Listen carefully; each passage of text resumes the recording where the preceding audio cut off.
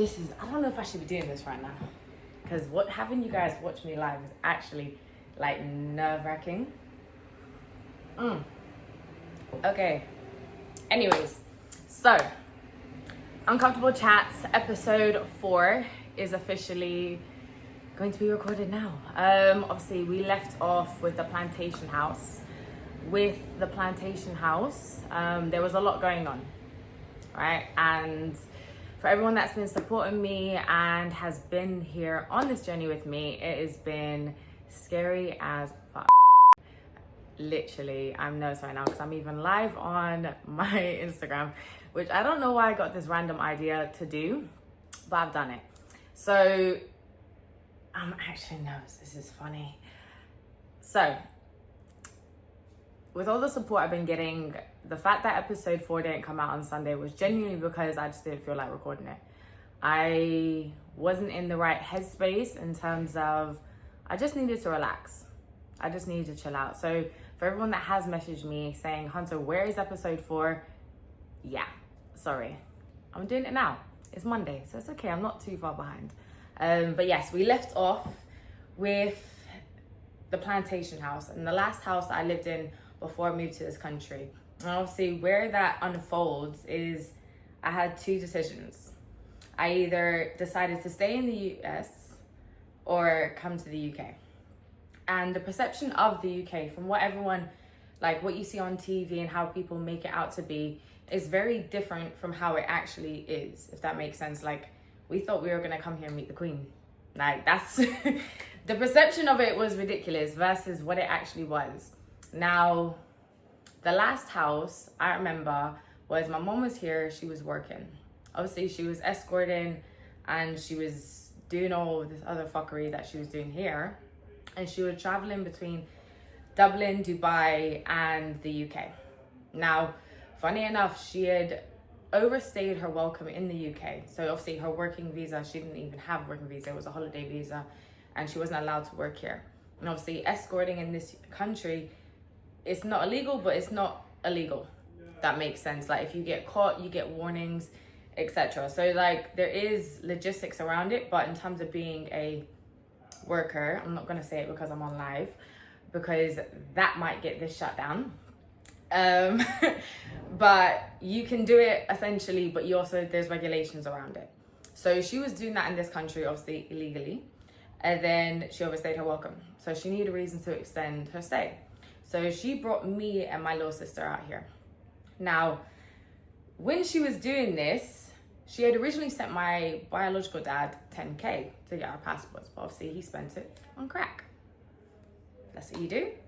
So she threatened him and said, I'm gonna send you another lump sum of money, get their passports sorted. So that's how we even got passports, because people in the US, we don't necessarily need a passport. If you have an ID, you can travel from state to state. So we eventually got our passports, and then the day of the flight, we had our suitcases packed in Plantation, right? And where we were in Fort Lauderdale. That's about a 2-hour drive. So there was no way we were gonna make the flight, plus go back and get our suitcases. So that day he asked us, he said, do you wanna just go? Or should we miss the flight and you guys are staying? I looked at my sister and I said, we're going. So we decided to come to the UK without suitcase, with just literally the clothes on our back. And it was me and her. And yeah, it was insane because it was the first time I've ever been on a plane. Well, no, it's not the first time I've been on a plane. It was because I'd been LA before, previously. So I'd been on, I think it was 1 or 2 planes before that. But this was like my longest plane journey. And then literally just me and my sister. So there was obviously no one else there. So long story short, this is so nerve-wracking because I'm on live and trying to keep what I'm saying flowing while knowing I'm doing that is nerve-wracking me. Anyways, I might cut this off at some point, guys, because I can't keep this on. Yeah, so long story short, went to the airport, checked in, got on the flight to the UK. And from what I remember, she picked us up from the airport. And then all I remember was driving past Buckingham Palace, and then like looking everything and seeing this perception of London, which is like all these Victorian buildings, the castle, the this, the palace, and having this perception of like, oh wow, like this is completely different, like this looks like the movies, right? And then she took us to a place that she was staying in King's Cross, which is called the Chelsea Cloisters, which is actually a known brothel in London. And I've actually been there, a few years ago, because there was someone who I know who was doing a class. I think it was an aerial class, right? And funny enough, I had been in this building. That was the first building I came to when I came to the UK. And that building, obviously underneath it, there was 2 restaurants. So there was Gotcho's, and don't cuss me if I'm saying it wrong, because I know I'm probably saying it wrong. There was a restaurant, oh my God. I'm nervous, okay? So everyone, bear this in mind. There was a restaurant, Gotcho's, and then there was this, I think it was Malaysian. And long story short, she had a tab for both restaurants. And obviously she had sugar daddies paying for these tabs. And the reason why this original place that we stayed at was so fucked was because she would basically send us out of the room while she had her clients come. And bear in mind, it was a 1-bedroom.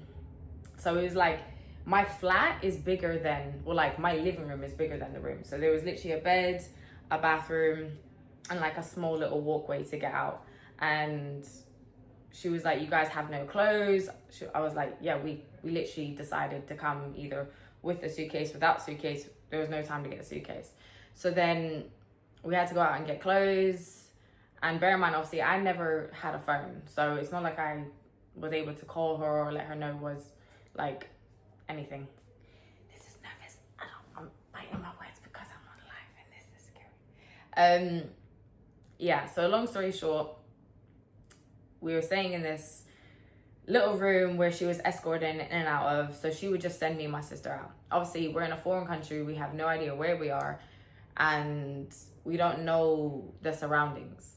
So she would just be like, go out for an hour, for 2 hours, and we'd come back. And then you would see the bed is messed up. The bed sheets haven't been changed. And the room would smell. So crack has a very specific smell, right? It almost smells like burning rubber. So the room would smell and stink. And obviously, in this specific room, me and my sister had to sleep in the bed with her. So we're sleeping in the same bed that she was escorting in. So long story short, from this, like from what I remember, because I blocked a lot of it out, because this is something, a coping mechanism I've always had, where I kind of am able to move forward through life, through all my experiences, but certain things like I know have happened, but to go in detail is hard because I've blocked a lot of the detail out in order to protect myself. So obviously it's a coping mechanism, as we're aware. So from what I remember, like it was us in this room for at least, I don't know how long it was, right? But I just remember there was a pattern where we would go to the restaurants every single night. And bear in mind, 13, 14 years old, I'm at the bar drinking.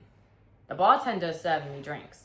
Because of how my biological mom was and how she dressed, like we're talking about big chest, platinum blonde hair, like she's dripping in designer, head to toe. She can walk in any room and basically take the crowd and get attention, and look at, like anyone would look at her and be like, basically bow down to her. It was really weird to see. So every time we were in these restaurants, especially the Malaysian one, she knew the owners, and obviously she had the tab on the bar. So she would sit us at the bar, me and my little sister, and we would order drinks. The bartender didn't ask how old I was. He would just give me a drink. So I was drinking from a very young age, like, because it was just given to me. Not saying it was a good thing, but it was just there. And I remember there being times where she would just disappear in this restaurant. I don't know where she was. At some points, I don't even remember where my little sister was. But I remember being so drunk because I was trying to numb the situation I was in and numb how I felt about the situation I'm in, because I knew it was all wrong and I knew I didn't like the situation we're in, but at least I was away from my dad. And obviously, like I said in the last episode, like, you choose your poison. At this point, it was either stay with the crackhead that was beating me and abusing me and raping us, or go to London, be with your mother who's going to leave you, be doing drugs, put you in situations which are genuinely dangerous from a perspective of someone's going to try to groom you, someone's going to try to yeah, it was fucked. So it was pick your poison. And obviously I thought this time was going to be different. I thought coming here was going to be an escape from what was going on back in the States. So from nights like this where it was just us at a restaurant drinking, going back up the stairs, her not being there, going back to the room, not knowing where she is, and it was me and my little sister. And we were constantly living like this for months on end. And then eventually, I think there was a story that I must have heard that because she was meant to go to Dublin again, right, to escort, but because she had been caught in Dublin by a reporter butt naked on a balcony, she couldn't go back. And then there was the debate if she wants to go to Dubai, but then where is she going to do with us? Who's she going to leave us with? And then she had a friend, and I'm not going to say his name, but she had a friend. He lived in Edgware Road. So all I remember was us going from where we were in King's Cross, from the Chelsea Closes, to King's Cross or to Edgware Road. And when we ended up in Edgware Road, we were living with two guys, and she just left us. We didn't know who this man was. She left us with nothing. Not a phone, not anything, just left us with this guy and his flatmate. Bear in mind, his flatmate is the guy that I ended up getting in a fight with, this big South African man. That's a story for later. But yeah, so she's moved us over to Edgware Road, and from there, pause, because I need a sip of something because my mouth is getting dry, because this is a lot of nerves. So yeah, so moved over to Edgware Road. We're in this flat, and me and my little sister are sleeping on the sofa. So then she was going back and forth if she's going to send us back or not, and I basically said to her, I'm not going back. And even though she knew that he was sexually abusing us and beating us, and obviously he would beat her, and the whole situation was fucked. If you had watched episode 1, 2, 3, you'll know. She was basically like, she doesn't want the responsibility of us because we're holding her back from being able to do what she wants to do. I said I'm not going back, and then I said to her, but I admitted that he had raped me, and obviously that he had raped my little sister, and she knew about him touching us and sexually abusing us, and she had told me previously I am crazy. And I said, I'm not going back. He's raping us, he's abusing us, I'm not going back, right? So then she had gone and basically said, I'm crazy. That's never happened. And at this point, all I remember was arguing with her back and forth. And I can't remember what was being said, but I just remember standing in the living room and just couldn't believe what she is saying to me, because she knows. It's honestly, there's you knew what was going on, and I'm not going to go into how she knew because that's already in the other episodes and I don't want to keep repeating myself, but you knew. So then, long story short, she called my older sister, and I think this was like a few days later, and when she called her, she couldn't get through to her, and then eventually she was able to get through to her, and she had found out that my biological dad has taken her daughter, which is his half daughter. Well, it's not even his daughter, actually. Sorry, I don't know why I'm saying that. Like, it's my half sister, it's not even his daughter. Bear in mind, obviously, she couldn't get a hold of her for a few days, and like, from what I remember of the story, she was with him and he had got her hooked on crack, and my older sister, and I can't remember exactly the words, so I need to be careful with how I say this, but somehow they were now having sex, and like there was a weird relationship between them, and that's when my biological mom was like, clicked basically, and was like, yeah, we're not going back. But it wasn't because of what we were saying, it wasn't because of what me and my little sister were saying, it's because you're now, like, it's twisted, right? It's because now your daughter is now having sex with your husband and is also hooked on crack. Like, it's fucked. And I understand this is fucked, right? So once that has come out, then she refuses to leave, but it's more out of, not to protect us. This is out of her own anger about what is going on. And more of the time, it wasn't necessarily the fact that he's having sex with your daughter, because he was raping your daughter. He was raping your youngest daughter. He was raping me. He was beating you. Like, it wasn't because of what he was doing. It was because you lost control. And that was very evident. And whether anyone has an opinion on this, you don't know these people and you don't know my experiences. So, like, please keep your opinions to yourself. Like, I don't need it. I don't care. So to see that go from, instead of you having care about your daughter's well-being because you found out your daughter is having sex with your husband and she's hooked on crack, and you're arguing with her over this man because he's groomed her from from a child, and you've allowed it to happen, and now they're in this weird relationship bullshit. You're now pretending to protect us. Mad. So anyways, so from there, I don't know where she's gone. She's left. Like, she's left the country. She's left me and my little sister with this guy and this other man who, like I said, I got into a fight later on down that year. And it was just me and her sleeping on this freaking sofa, not really going out, not really doing anything. And there was times where she had sent money, not sent money. And this is where I had my first beans on toast. That shit wasn't actually too bad, guys. It wasn't, because when you're hungry, you're hungry. And it's not like I'm going out living this lavish life. I'm not. I'm in an apartment, Edgware Road, with my little sister, just trying to live. So, yeah. So then at this point, we're here for a few months. And I remember, bear in mind, I'm not going to say his name, but we're going to refer to him as the South African man.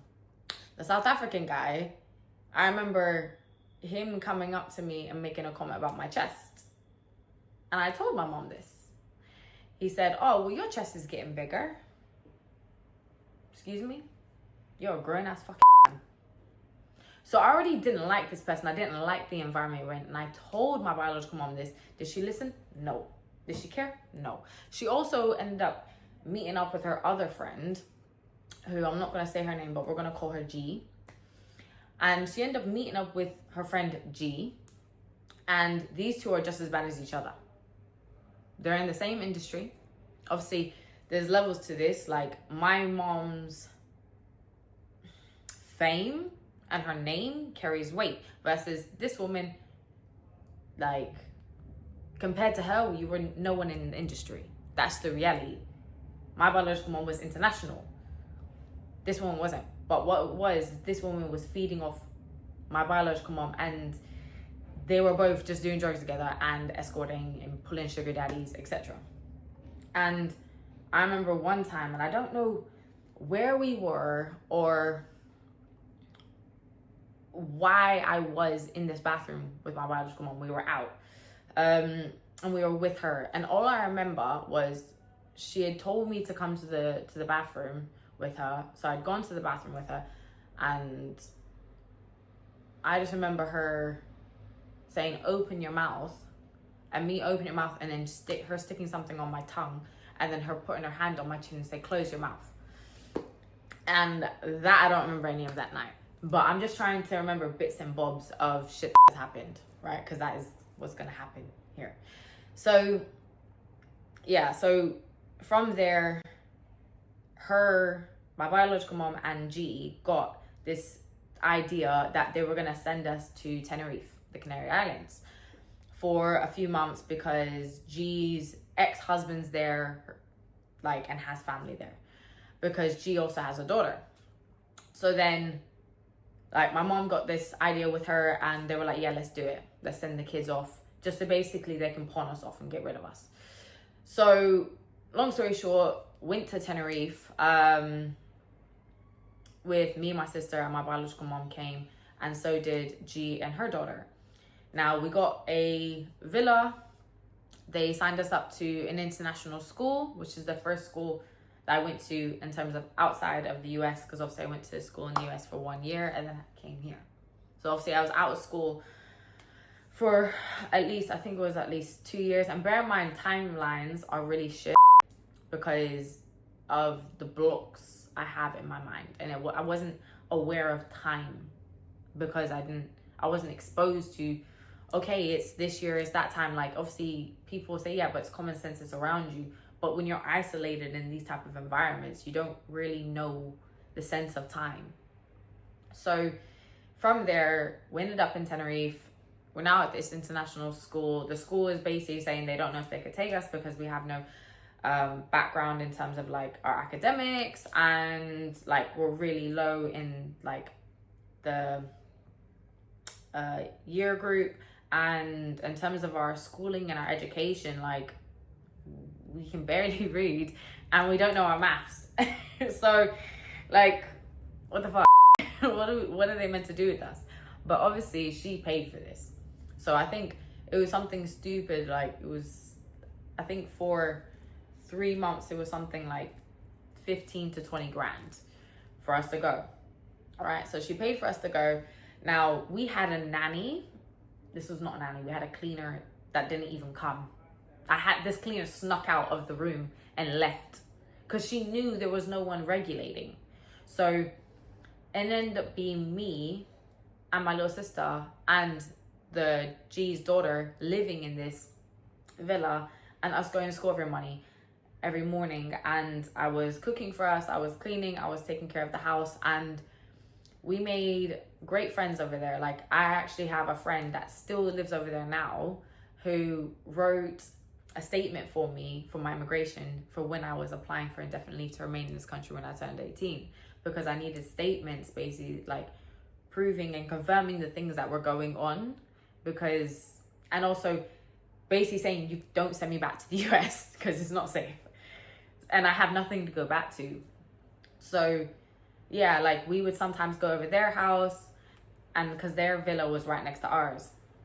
Now, us being there, we were only there for a few months, and this is when I first learned how to play football, and I was learning Spanish and I was learning Italian.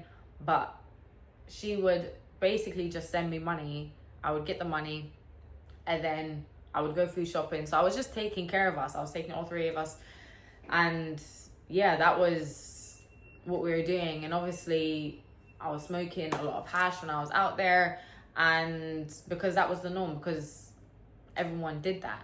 But obviously I have this weird thing with alcohol and drugs where it's like I don't have an addictive personality to it. That makes sense. Like, I've seen addicts growing up, but because I don't know if it's because I was exposed to everything very, very young, that I never, even now, I'm not addicted to it. Like, where people will say, oh yeah, like have a drink, or it's that culture where you just want to drink and have fun. And yeah, I can have a drink, but I can have fun without having a drink as well. Like, and smoking wise, like I don't have to smoke. That makes sense. If I want to smoke, I smoke. But I'm also not one of those smokers that like becomes sluggish and becomes antisocial. Like, it was quite weird because of my association to weed and alcohol growing up. I don't know, I just never had addictive personality towards anything really, because I saw what addiction could do. So I always knew that it's always about control. If you're going to do certain things, okay, you can enjoy it. No one's saying don't enjoy your life or don't do things, or whether it's right or wrong with different people's opinions. I'm not going to get into that. Everyone does something. And if you don't, great. If whatever it is, I don't actually care. But like, having an addictive personality towards it is why it's able to control you. But I wasn't ever going to allow something, especially a substance, to control me. Understanding what these substances can do. And I've never done anything outside of weed or drinking, because I just wouldn't want to touch anything. That makes sense. I've seen what everything else does. Like, the way I saw it was, this grew from the ground before everyone started fucking with all the strains. It grows from the ground, whereas everything else is artificially made, and it's got all these chemicals. And yeah, so that's just that point. But anyways, obviously we were smoking a lot when we were out there, and then eventually, again, my biological mom's stay in the UK, because she got it extended because she brought us out there, is now coming to an end. So she was like, oh, what are we gonna do? Doesn't know what she's gonna do. And she was like, let's come back. So she brought me and my sister back. So when we were coming back, I had my sister and mine suitcase, and then we came back. But then she still had her suitcase and G's suitcase in Tenerife. So she flew me back to go get the suitcases. Bearing in mind, I didn't know what was in these suitcases. So the fact that I didn't know what was in these suitcases, and I had flown back with them, I don't know what she had done to get her name flagged by immigration, but my last name got flagged when I was coming through. So I was going through Gatwick, and this is why I always have PTSD every time I go through Gatwick. I'm always like, oh shit. Because I'm still around 14 years old. So again, the time frame doesn't make sense. I only know I'm this age because when I got stopped when I was coming out of, you know, when you're coming out of the airport, well, it wasn't even out. So like, I had landed in London from Tenerife, but then I had gotten stopped at immigration going through, and they basically said, yep, we're gonna have to hold you, found some suspicious items in your bag. So they took me over to the side, you know, in immigration when you go through Gatwick, right? And then you have like the holding area. So they took me into the holding area, and then I don't know how much time passed by, but they were like, okay, we're gonna fingerprint you and we're gonna search you. And then, yeah, so I was in this room and they've done my fingerprints. They then took me to the room, searched me, and then they put me in a little interview room.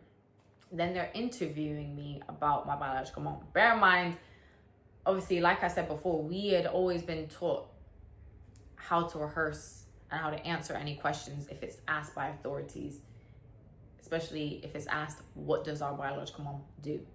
So the whole time that I'm sat in this room, they basically said to me, are these your suitcases? And I said, no, they're my mom's and her friend's suitcase. I don't know what's in them. And they had said to me, what does your mom do?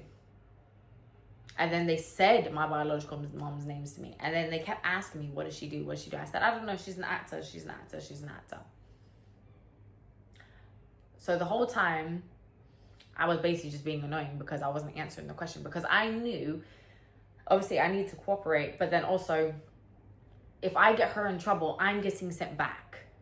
So I now need to answer no to everything, because until she answers, and also I was being cheeky. I was like, this is illegal. You're not allowed to do this. I'm underage. I'm underage. I'm underage. You're not allowed to be fingerprinting me. Furthermore, you're not allowed to be strip searching me. You're not allowed. Then they've taken me over to the suitcase and they've opened the suitcases.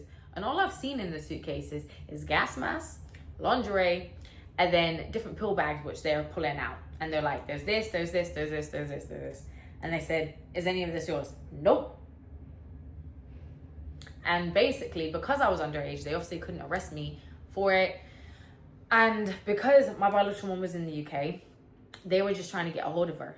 8 hours has gone by and no one was able to get a hold of this woman. So by the time she does answer and she does pick me up, why does she show up to the airport cracked out of her mind? Her eyes are so dilated, it's ridiculous. We're in the airport and we're coming out. They've seized my passport and they basically said they're going to contact me in 2 weeks, but they're going to be sending me back. And I'm freaking out. Then when I've seen that her eyes are dilated and she's fucked out of her head, because I know when she's cracked out, I know. So I basically lost my shit at the airport. I was like, how the fuck are you doing crack? I've been locked up for the past 8 hours. Where were you? I couldn't get a hold of you. I've been calling you. They've been trying to call you. Where have you been? So yeah. Also, pause, because I'm cutting this now, guys, because I need to finish this. And this also is slightly distracting me. Yeah. One sec. Oi, you lot. Everyone take care. And appreciate everyone joining the live. And if I should keep doing this, let me know. How do you... Alright. So yeah, back to this, because I need to cut that because it was distracting the shit out of me. Anyways, so yeah, so then she's picked me up, we're in the car, we're driving back, and I'm pissed because I'm thinking, I've literally just held it down in a fucking interview room, and I've had 2 different people coming in. I've been sat here for 8 hours, I'm hungry, I'm tired, and you've literally had me in such a dangerous situation. It was ridiculous, because I didn't know what was in those bags, and they're flagging me down, and they're gonna send me back, and I'm panicking, and they've seized my passport. They have confiscated it. What the am I gonna do? So then, long story short, we've gone back, and we've now gone and stayed. Oh, I missed a part of the story before we went to Tenerife. Oh my God. Run this back. So, before we went to Tenerife, we stayed in another house. So we left the house in Edgware Road with my mom's friend and then the big South African guy. And before we went to Tenerife, we went to another guy's house. So the guy's house we went to was a DJ. Tell me why, when we went to this man's house, you walk into the living room, why are there sex objects everywhere? And equipment. Shit that is gonna hold you up from the ceiling. Someone explain this to me. And this man's house was so dirty. Oh my God. And we were having to shower and bath in this house, and it was disgusting. And where was she? Nowhere to be seen. I don't know where this woman had gone. She had left us again in this man's house. Honestly, fucked. So then we went to Tenerife. So then, long story short, now that we're on the way back, all I remember was we went and stayed in another house. I don't know where it was, but at this point, it was her and G, and me, my little sister, and then G's daughter. So then we're staying in this house, and all I remember was G had her friend come over, right? Because we needed a babysitter, because G wasn't gonna just leave her daughter, right? Mate, G may be as bad as my biological mom, but she was like, the kids need a babysitter. Whereas my biological mom wouldn't fucking left us. You know? So anyways, so then this is where I met, pause. He's not my biological uncle, but I call him my uncle. And he's the closest thing I've had to like a good male figure in my life. And I say that because he guided me and just showed me and my sister genuine love. And like, I'm forever grateful for this man. And I love him to bits, because at the end of the day, like, he saw something in me and never let me stop fighting. And even when, like, as a kid, like, I was gonna lose my temper or lose my shit, he wouldn't let me. He was guiding me. Even though he always says to me now, like, Hunter, like, you know exactly who you are, and you've always known right from wrong, and you always knew what direction you were going to take and what step you were going to take next. I didn't know how you knew, but you knew. And that was just how I always was. And he obviously knew how aggressive I was, how like my temper was and all these other things, because he had seen it. But he always tells me now, he's like, he's just so proud of me. And he just knows that there's nothing that I can't achieve. Because he's like, Hunter, everything you tell me you're going to do, you do. And that's exactly it. So, anyways, we're at this house. G has her friend come over to babysit us. Now, when he comes, he brings my Uncle Omar. This is the first time I've met him. Obviously, like, I was very wary of men, especially like men coming over to watch us and to be around us, because I'm very protective of my little sister. And also, I don't know, like, I don't trust. I don't know if this is dangerous or not. So then from there, they're babysitting us, and then like, I just don't know how it evolved, but it was like, then they would take us cinema, and it stopped being G's friend, and it just was Omar and like me and my sister. Then let's call her the Spanish girl, right? Because G's daughter is Spanish, so is her mom, but we're gonna say that. So the Spanish girl. So long story short, like, we all were going cinema, and like, he would just like come down and then bring food for us, fill up the fridge and take care of us, because a lot of the time, like, my mom and G would just like leave, because now that they knew they had someone there, they would just leave. And my biological mom was more than happy to. So he started taking us out, and that's when, like, my first time going to Leicester Square, and like going to the cinema in the UK, but then going to like M&M World, and like doing all these different activities, but also like him taking us out so that way, like, we weren't in the environment we were in. Also, like, the way he saw it, like, from what he also has said to me, is that we were kids and we were being exposed to all these things that were happening, and he knew what was happening, and he wasn't involved in any of this. Like, he was friends, obviously, like I said, with G's friend, and the friend said, oh yeah, come down, but he wasn't involved. He wasn't involved with any of the stuff that they had do, like my biological mom or G. Like, he wasn't. So it was kind of like, the way he saw it was like, you have kids here who are being left, and all this fucked up shit is happening. Like, he's kind of just took us under his wing. And a lot of people wouldn't do that nowadays. A lot of people would step back and not involve themselves. And when, like, you can see a child's in need or someone's in need, people, a lot of the time, people remove themselves. This person didn't. This person stepped in to help us.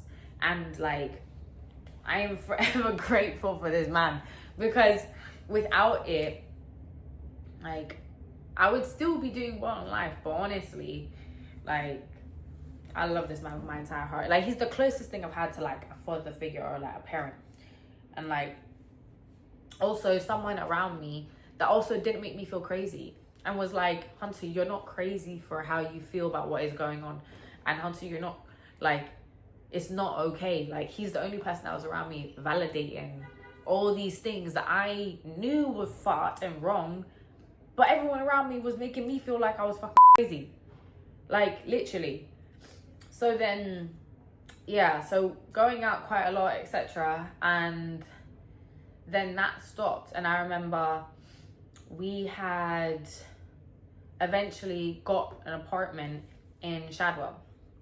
So I don't know what was happening with the immigration stuff. All I remember was that she said that she's going to sort it, she's going to sort it, she's going to sort it.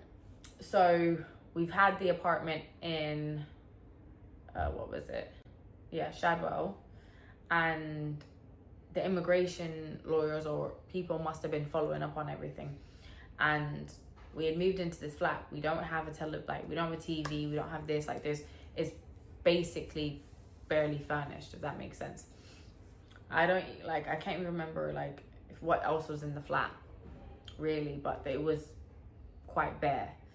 And I remember her telling me that the only way that she's going to be able to pay for the immigration lawyers is if I speak to one of the sugar daddies on the phone and tell him in detail what my biological dad would do to me and how scared I am to go back in order for him to pay for my immigration fees. So she said, Hunter, you either go back or you tell this man everything that has been done to you. She was on the phone to him, and at first I didn't want to speak to him, And she passes me the phone. She's like, either you go back or you tell him. So she forced me to tell him. I had no choice. So I'm sat on the phone to this man, and she had three. She had a lawyer, and then she had a white man who was a lawyer who wanted to marry her. She had an Arabic man that wanted her, and I can't remember where the other one was from, but she had three. This was the Arabic man that she had me speak to on the phone. Indeed. So yeah, and then afterwards, all I remember was her basically saying she has to put us in school. So from there, that's when we ended up going to Bethnal Green Academy.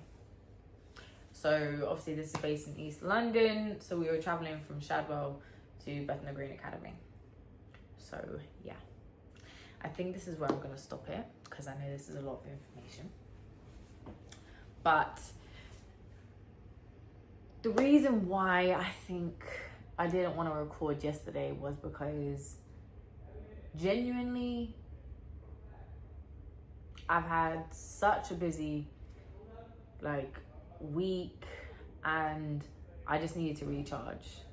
And I'm the type of person that I genuinely need to recharge, and I like my space. I like to be isolated, not because I don't want to be around people, but because I like to just be in my own company. And yesterday was nice because a part of me was like, I need to do it, I need to do this, I need to record.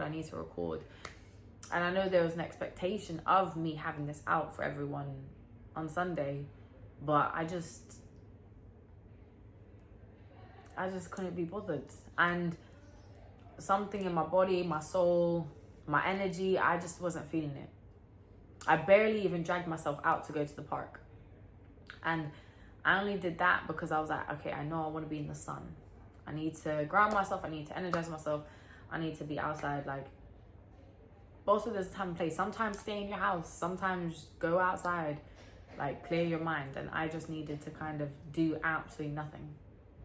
And it was nice because I work so much and I'm constantly on the go. And even though, yes, I own my own businesses and I manage my own time, but with that, I have a sense of responsibility that I constantly have to make sure everything is moving forward. So sometimes it's nice to stop everything, and it was nice just to not have to do everything yesterday. So if you don't feel like doing something, don't do it. Genuinely, there's a difference between you not doing something because you're holding yourself back, and there's also a difference between you're not doing something because your soul, your body is rejecting it. Don't do it. And I think the message I want to leave from all of this was, in life you have two choices: right, wrong, know the difference, and kindness is free. And at the end of the day, if you can add and have a positive impact on someone's life, and you see things that are happening in someone's life and you don't believe that's all right, it's not okay, and especially when it has kids involved and you can make a difference, do it. Because my uncle, and obviously there's more stories about him, but he is listen, let me say something right now. I know this is gonna sound horrible, but and I know some people are gonna be able to relate to this. There's a lot of people around me that have experienced death and things happening, right?